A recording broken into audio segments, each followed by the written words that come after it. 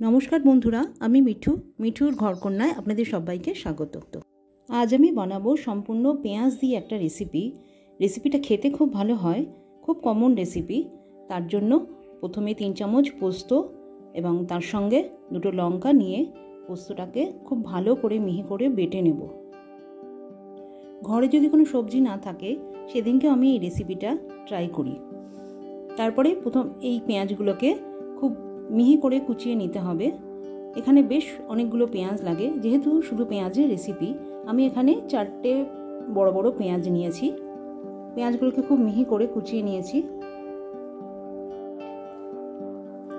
एरपरे कड़ाइते बेश किछुटा परिमाण सर्षेर तेल दिए এই রেসিপিটা সরষের তেলেই বানাবেন, অন্য তেলে খুব একটা ভালো লাগবে না। তারপরে এর মধ্যে 5 ফোড়ন সোমবার দিয়েছি, 1 চামচ মতন 5 ফোড়ন দিয়েছি। 5 ফোড়নটা খুব ভালোভাবে ফোড়নটা হয়ে গেলে তারপরে একটা শুকনো লঙ্কা আর দিয়েছি একটা চেরা কাঁচা লঙ্কা। লঙ্কা কয়েক সেকেন্ড ভাজার পরে এরপরে দিয়ে দিয়েছি পেঁয়াজ কুচি। পেঁয়াজ কুচিগুলো খুব ভালোভাবে লাল লাল করে ভেজে নিতে হবে। এই পেঁয়াজের মধ্যে আমি পরিমাণ মতো নুন আর সামান্য হলুদ দিয়েছি। সবজি খেতে খেতে একঘেয়েমি হয়ে গেলে তখন এই রেসিপিটা বানিয়ে দেখতে পারেন, আশা করি ভালো লাগবে। এই রান্নায় পেঁয়াজ এখানে বেশ লাল লাল করে ভাজতে হবে, তাহলে রান্নার স্বাদ আরও বেশি ভালো হবে।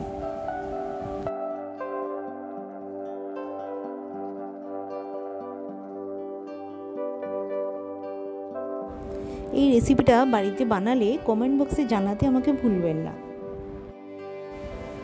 পেঁয়াজ প্রায় আমার ভাজা হয়ে গেছে। এখানে পেঁয়াজটা ভাজতে আমার প্রায় 7 থেকে 8 মিনিট সময় লাগলো।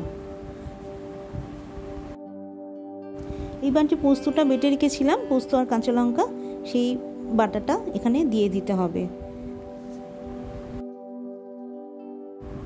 খুব ভালো করে পোস্ত বাটাটা পেঁয়াজের সঙ্গে খুব ভালোভাবে মিশিয়ে নিতে হবে।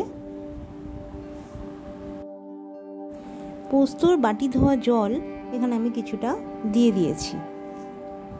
তারপরে খুব ভালো করে সব একসঙ্গে ভালো করে মিশিয়ে নিয়ে এর মধ্যে পরিমাণ মতন পোস্তর মতন আর কি নুন আর একটুখানি চিনি দিয়ে দিয়েছি। এই রান্নায় একটুখানি চিনি দিতে হয়, তাহলে রান্নার স্বাদটা একটু ভালো হয়। যাদের চিনি খাওয়া বারণ কিংবা চিনি অপছন্দ করেন তারা এখানে চিনিটা স্কিপ করতে পারেন। এখন গ্যাসের ফ্লেমটা মিডিয়াম টু লোতে রেখে দিতে হবে এবং গ্যাসের ফ্লেমটা লোতে রেখে একদম জলটা আস্তে আস্তে যেন শুকিয়ে যায় আর পেঁয়াজ আর পোস্তটা যেন ভাজা ভাজা হয়ে যায়, সেরকমভাবে রান্না করতে হবে। নাড়তে নাড়তে কড়াইয়ের গায়ে যখন লেগে যাবে, লাগা লাগা হবে, তখন রান্নাটা হয়ে যাবে। ওপর থেকে পারলে একটু কাঁচা সরষের তেল ছড়িয়ে দিলে আরও বেশি ভালো হয়। আশা করি আপনাদের রেসিপিটা ভালো লেগেছে। যদি ভালো লাগে তাহলে আমার চ্যানেলকে লাইক, শেয়ার, কমেন্ট করতে ভুলবেন না। নমস্কার, সবাই ভালো থাকবেন, সুস্থ থাকবেন।